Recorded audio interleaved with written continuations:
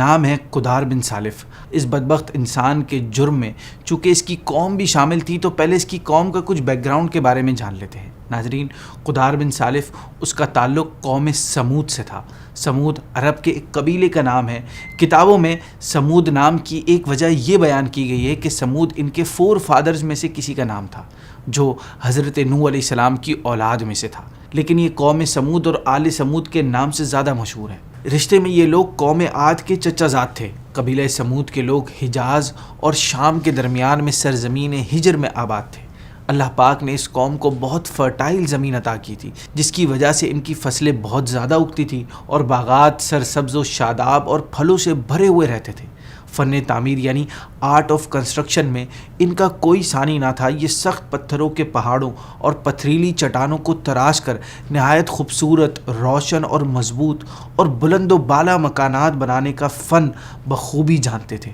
آج بھی عرب میں ان کی بستیوں اور بنائے گئے مکانات کے نشانات موجود ہیں جنہیں مدائن صالح کہا جاتا ہے۔ ناظرین، آل سمود پہلے اللہ پاک کے ایک اکیلے خدا ہونے پر ایمان رکھتے تھے اور اسی کی عبادت کرتے تھے، اور اس کی وجہ یہ بھی تھی کہ یہ شرک اور اللہ پاک کی نافرمانی کرنے کی وجہ سے اپنی رشتہ دار قوم عاد کا انجام جانتے تھے۔ اس وجہ سے یہ ڈر کر خدا کی نافرمانی سے بہت بچتے تھے، لیکن گزرتے وقت اور زیادہ نعمتیں ہونے کی وجہ سے یہ غفلت میں پڑ گئے اور ایونچولی شرک بھی کرنے لگے۔ اس کی صورت یہ بنی کہ ایک عرصے بعد ان کی قوم کے کچھ لوگوں نے پتھروں کو تراش کر کے عجیب و غریب شکلوں کے بت بنائے، پھر مختلف نام رکھ کر انہیں خدا کا شریک ٹھہرایا، اور پھر اللہ پاک کی عبادت چھوڑ کر یہ ان بتوں کی پوجا کرنے لگ گئے۔ پھر آہستہ آہستہ ان کو فالو کرتے ہوئے قوم کے کچھ لوگوں کے علاوہ سب کے سب ان بتوں کی پوجا کرنے لگے۔ ایک عرصے تک قوم سمود اللہ کے ساتھ شرک کرتی رہی، پھر اللہ پاک نے انہیں اس سے نجات دلانے اور ہدایت کے راستے پر دوبارہ لانے کے لیے اپنے نبی حضرت صالح علیہ السلام کو ان میں رسول بنا کر بھیجا۔ آپ علیہ السلام حضرت نوح علیہ السلام کے پوتے ارم کی اولاد میں سے تھے۔ آپ علیہ السلام نے قوم کو صرف اللہ وحدہ لا شریک کے خدا ہونے پر ایمان لانے اور صرف اسی کو عبادت کے لائق سمجھنے کی دعوت دی۔ قوم نے آپ کی دعوت سن کر آپ کو رپلائی کیا کہ اے صالح، اس تبلیغ سے پہلے ہماری تم سے بہت امیدیں جڑی ہوئی تھی کہ تم اپنی قابلیتوں اور اچھی عادات کی وجہ سے ہماری قوم کے سردار بنو گے، لیکن افسوس تمہاری باتیں سن کر ہماری امیدیں خاک میں مل گئیں۔ تم ہمیں ان بتوں کی پوجا سے مت روکو جن کی ہمارے باپ دادا پوجا کرتے چلے آئے ہیں، اور جس توحید کی طرف تم بلا رہے ہو یہ ہماری سمجھ سے باہر ہے۔ ناظرین، آپ علیہ السلام نے قوم سمود کو اللہ پاک کی نعمتیں یاد دلا کر بھی سمجھایا کہ اپنے اوپر خدا کی نعمتوں کی کثرت تو دیکھو اور اپنے اعمال دیکھو۔ ناشکری کے راستے پہ چل کر فسادی مت بنو، بلکہ خدا کی نعمتوں کو یاد کر کے اطاعت اور بندگی کا راستہ چنو۔ آپ علیہ السلام کی دعوت اور نصیحت سن کر لوگ آپس میں اختلاف کر کے 2 گروپس آپس میں بڑھ گئے۔ ایک گروپ ایمان لانے والوں کا جو آپ علیہ السلام پر ایمان لے آیا، اور دوسرا گروپ اپنے شرک پر ڈٹے رہنے والوں کا۔ جب قوم نے پیار محبت سے بھی اسلام کا راستہ نہ چنا تو آپ علیہ السلام نے قوم کو ایمان لا آنے پر عذاب الہی سے ڈرایا۔ عذاب الہی کا سن کر قوم نے کہا، اے صالح، اگر تم واقعی رسول ہو تو وہ عذاب لے آؤ جس سے تم ہمیں ڈرا رہے ہو۔ جس کے بعد قوم سمود کے علاقوں میں ایک عرصے تک بارش نہ ہوئی اور لوگ قحط کا شکار ہو کر بھوک سے مرنے لگے۔ ناظرین، حضرت صالح علیہ السلام قوم کو اللہ پاک پر ایمان لانے اور شرک چھوڑنے کی تبلیغ و نصیحت میں مصروف رہتے تھے۔ ایک مرتبہ آپ علیہ السلام کے بار بار سمجھانے سے تنگ آ کر قوم کے بڑے لوگوں نے یہ ڈیسیجن لیا کہ آپ علیہ السلام سے کوئی ایسی ڈیمانڈ کی جائے جسے آپ پورا نہ کر سکیں، اور اس کے رزلٹ میں آپ اپنی یہ ایکٹیویٹیز بند کر دیں گے۔ ایک دن قبیلے کے لوگ اپنی مجلس میں جمع تھے کہ اسی دوران آپ علیہ السلام بھی وہاں تشریف لے آئے، اور آپ نے ہمیشہ کی طرح انہیں اللہ پر ایمان لانے اور شرک چھوڑنے کی دعوت دی اور عذاب الہی سے ڈرایا۔ یہ موقع غنیمت جان کر سرداروں نے آپ علیہ السلام سے ڈیمانڈ کر دی کہ اگر آپ واقعی اللہ کے رسول ہیں تو اس پہاڑ، یعنی ایک پہاڑ کی طرف انہوں نے اشارہ کر کے کہا کہ اس پہاڑ کی چٹان سے ایک ایسی اونٹنی نکال دیجئے جو 10 مہینوں کی حاملہ یعنی پریگننٹ ہو، 7 طاقتور بھی ہو، خوبصورت بھی ہو، اور ہر قسم کی برائی اور عیب سے بچی ہوئی ہو، اور پلس یہ کہ وہ نکلتے ہی بچہ پیدا کرے۔ ناظرین، اتنی کنڈیشنل ڈیمانڈ ہونے کے باوجود بھی آپ علیہ السلام نے ان سے پوچھا کہ اگر میں تمہاری ڈیمانڈ پوری کر دوں تو کیا تم لوگ ایمان لے آؤ گے؟ سب نے وعدہ کرتے ہوئے کہا کہ ہماری یہ ڈیمانڈ پوری ہو گئی تو ہم سب ضرور اللہ پاک کے اکیلے خدا ہونے اور آپ کے رسول ہونے پر ایمان لے آئیں گے اور شرک چھوڑ دیں گے۔ ناظرین، ان کے وعدہ کرنے کے بعد آپ علیہ السلام نے 2 رکعت نماز پڑھ کے اللہ پاک سے دعا کی اور اس چٹان کی طرف اشارہ فرمایا تو اسی وقت چٹان پھٹی اور اس میں سے ایک انتہائی خوبصورت، تندرست اور اونچے قد والی اونٹنی نکل آئی جو حاملہ تھی، اور نکل کر اس نے ایک بچہ بھی جنا۔ آپ علیہ السلام کا یہ حیرت بھرا اور زبردست معجزہ دیکھ کر ایک سردار تو اپنے خاص لوگوں کے ساتھ آپ علیہ السلام پر ایمان لے آیا، جبکہ دوسرے لوگوں نے سرداروں کے بہکاوے میں آ کر اپنے وعدے سے پھر گئے اور وہ ایمان لانے سے انکار کر کے کفر پر ہی قائم رہے۔ اس کے بعد یہ اونٹنی اپنے بچے کے ساتھ میدانوں میں چرنے پھرنے لگی۔ آپ علیہ السلام نے قوم کو اس اونٹنی کے بارے میں کچھ ہدایات دیں، کچھ انسٹرکشن دی کہ اسے بری نیت کے ساتھ ہاتھ مت لگانا، نہ مارنا اور نہ قتل کرنا۔ کھانے پینے کے بارے میں آپ نے فرمایا کہ اسے اس کے حال پر چھوڑ دو تاکہ یہ اللہ کی زمین میں جہاں چاہے چرتی رہے۔ پانی پینے کے لیے ایک دن اونٹنی کی اور ایک دن تمہاری باری ہے، اس لیے جو دن اونٹنی کا ہو اس دن صرف اونٹنی ہی کنویں پر پانی پینے آئے گی، اور جو دن تمہارا ہے اس دن تم پانی پینے آؤ گے۔ ان ہدایات کے ساتھ آپ نے قوم کو یہ وارننگ بھی دی کہ اگر تم نے ان کی خلاف ورزی کی تو اس کا انجام بہت خطرناک ہوگا۔ ناظرین، یہ اونٹنی کیمل کوئی عام اونٹنی نہیں تھی، یہ اللہ کی نشانی تھی، ایک سائن تھا، ایک نبی کا معجزہ تھی۔ یہ اونٹنی نہ کسی کی پیٹھ میں رہی، نہ کسی کی پیٹ میں، نہ کسی نر سے پیدا ہوئی، نہ مادہ سے، نہ حمل میں رہی، نہ اس کی پیدائش مختلف پروسیس سے ہو کر گزری، بلکہ یہ عام طریقوں سے ہٹ کر پہاڑ کے ایک پتھر سے ایک ہی لمحے میں پیدا ہوئی، کن فیکن سے۔ اس کا معاملہ یہ تھا کہ ایک دن یہ پانی پیتی تھی اور دوسرے دن پوری قوم سمود۔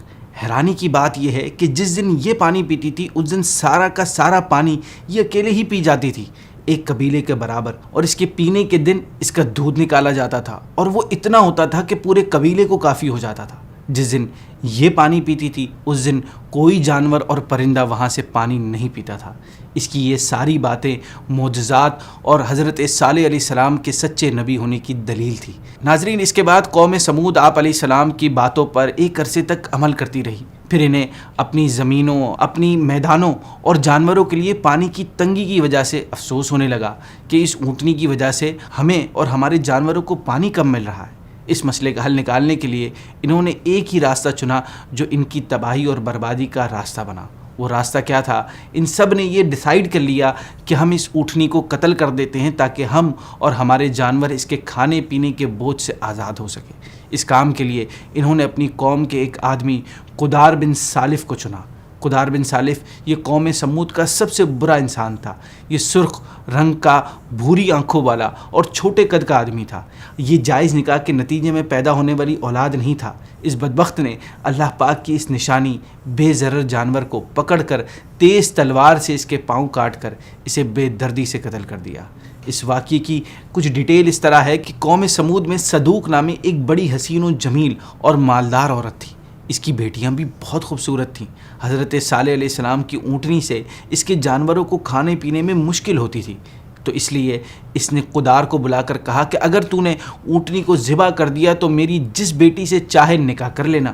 یہ آفر ملنے کے بعد یہ اپنی قوم کے لوگوں کے پاس آیا، اور جب اس نے انہیں اپنے ارادے کے بارے میں بتایا تو قوم کے 7 لوگ اس کے ساتھ ہو گئے۔ 7 قوم کے، ایک قدار اور ایک وہ تھا جو اس کے ساتھ اس عورت کے پاس گیا تھا، یوں یہ 9 لوگ ہو گئے۔ یہ لوگ مل کر اونٹنی کی تلاش میں نکلے اور پھر ایک جگہ اسے پا کر قدار نے پہلے تو اونٹنی کے چاروں پاؤں کاٹ ڈالے اور پھر اسے ذبح کر دیا۔ ناظرین، اونٹنی کو قتل کرنے کے بعد ان لوگوں نے بری حرکتوں میں اور اضافہ کر دیا۔ وہ ڈٹائی سے اس جرم کا اقرار کرنے کے بعد آپ علیہ السلام کے پاس آئے اور کہنے لگے، اے صالح، اگر تم اللہ کے رسول ہو تو ہم پر عذاب لے آؤ جس سے تم ہمیں ڈراتے رہتے ہو۔ آپ علیہ السلام نے ان سے فرمایا کہ اپنے گھروں میں 3 دن تک دنیا سے جو مزے لینے ہیں اٹھا لو۔ ہفتے کے دن تم پر اللہ کا عذاب آئے گا، اور اس کی نشانی یہ ہے کہ پہلے دن تمہارے چہرے پیلے، دوسرے دن لال اور تیسرے دن کالے ہو جائیں گے، پھر اگلے دن اللہ کا عذاب نازل ہوگا، اور یہ ایک ایسا وعدہ ہے جو کسی صورت میں غلط ثابت نہیں ہوگا۔ ناظرین، شہر حجر میں اونچے خاندانوں کے 9 لوگ فساد پھیلانے میں آگے تھے۔ ان میں سردار کا نام قدار بن سالف تھا، اور یہی وہ شخص تھا جس نے اونٹنی کے پاؤں کاٹے اور اسے ذبح کیا تھا۔ جب حضرت صالح علیہ السلام نے انہیں عذاب الہی کی خبر دی اور اس کی علامت بھی بیان کر دی تو ان 9 لوگوں نے آپ علیہ السلام کو بھی شہید کرنے کا پلان بنا لیا۔ یہ سب قسمیں کھا کر کہنے لگے کہ ہم رات کے وقت حضرت صالح علیہ السلام کے گھر پر حملہ کر کے انہیں ان کے گھر والوں کے ساتھ شہید کر دیں گے۔ اس کے بعد اگر آپ علیہ السلام کے کسی وارث نے قصاص یا دیت کی ڈیمانڈ کی تو کہہ دیں گے کہ ہم نے نہ تو قتل کیا ہے، نہ ہی ہمیں قاتل کے بارے میں کچھ پتہ ہے۔ اس ڈسکشن کے بعد انہوں نے اپنی پلاننگ پر عمل کرنے کی تیاری شروع کر دی اور رات کے وقت آپ علیہ السلام کے گھر کی طرف روانہ ہو گئے۔ حضرت عبداللہ بن عباس رضی اللہ تعالیٰ عنہ فرماتے ہیں کہ اللہ پاک نے اس رات حضرت صالح علیہ السلام کے مکان کی حفاظت کے لیے فرشتے بھیج دیے۔ جب یہ لوگ ہتھیار باندھ کر اور تلواریں لے کر آپ علیہ السلام کے دروازے پر پہنچے تو فرشتے نے انہیں پتھر مارے۔ وہ پتھر ان لوگوں کو لگتے لیکن مارنے والے نظر نہ آتے۔ انہیں اتنے پتھر مارے گئے کہ یہ سب کے سب وہیں ہلاک ہو گئے۔ اس طرح یہ 9 بدبخت جن میں قدار بھی شامل تھا، یہ سب کے سب عذاب آنے سے پہلے ہی اپنے انجام کو پہنچ گئے۔ اس کے بعد جب مہلت کے دن آئے تو حضرت صالح علیہ السلام کے فرمان کے مطابق قوم کے لوگوں کے چہرے پہلے دن پیلے، دوسرے دن لال اور تیسرے دن کالے پڑ گئے۔ اور جب آپ علیہ السلام کی دی ہوئی مہلت ختم ہوئی تو وہ کہنے لگے اب تک جو صالح نے کہا ہے وہ سب سچ نکلا ہے، آگے دیکھو کیا ہوتا ہے۔ سو چوتھے دن یہ لوگ خوشبو لگا کر تیار ہو کر اور بیٹھ کر انتظار کرنے لگے کہ دیکھو کون سا عذاب آتا ہے۔ عذاب کا انتظار کرنے والے یہ بے وقوف اسی طرح بیٹھے تھے کہ صبح ہوتے ہی اچانک ایک خوفناک اور زوردار چیخ اور کڑک کی آواز سنائی دیتی ہے اور زمین زلزلہ آ جاتا ہے زمین میں۔ اب بھاگتے پھرتے اور بچنے کی کوشش کرتے ہیں مگر اب کون بچ سکتا تھا۔ سب کے سب اس چیخ کی آواز اور زلزلے سے ہلاک ہو کر اپنے انجام کو پہنچ جاتے ہیں۔ ناظرین، قوم سمود پر نازل ہونے والے عذاب کی شدت کا عالم یہ تھا کہ مضبوط اور توانا ہونے کے باوجود عذاب کے وقت نہ تو یہ وہ لوگ بھاگ سکے نہ ہی مقابلے میں کھڑے ہو سکے۔ ان کی کوئی چیز انہیں اللہ کے عذاب سے نہیں بچا سکی۔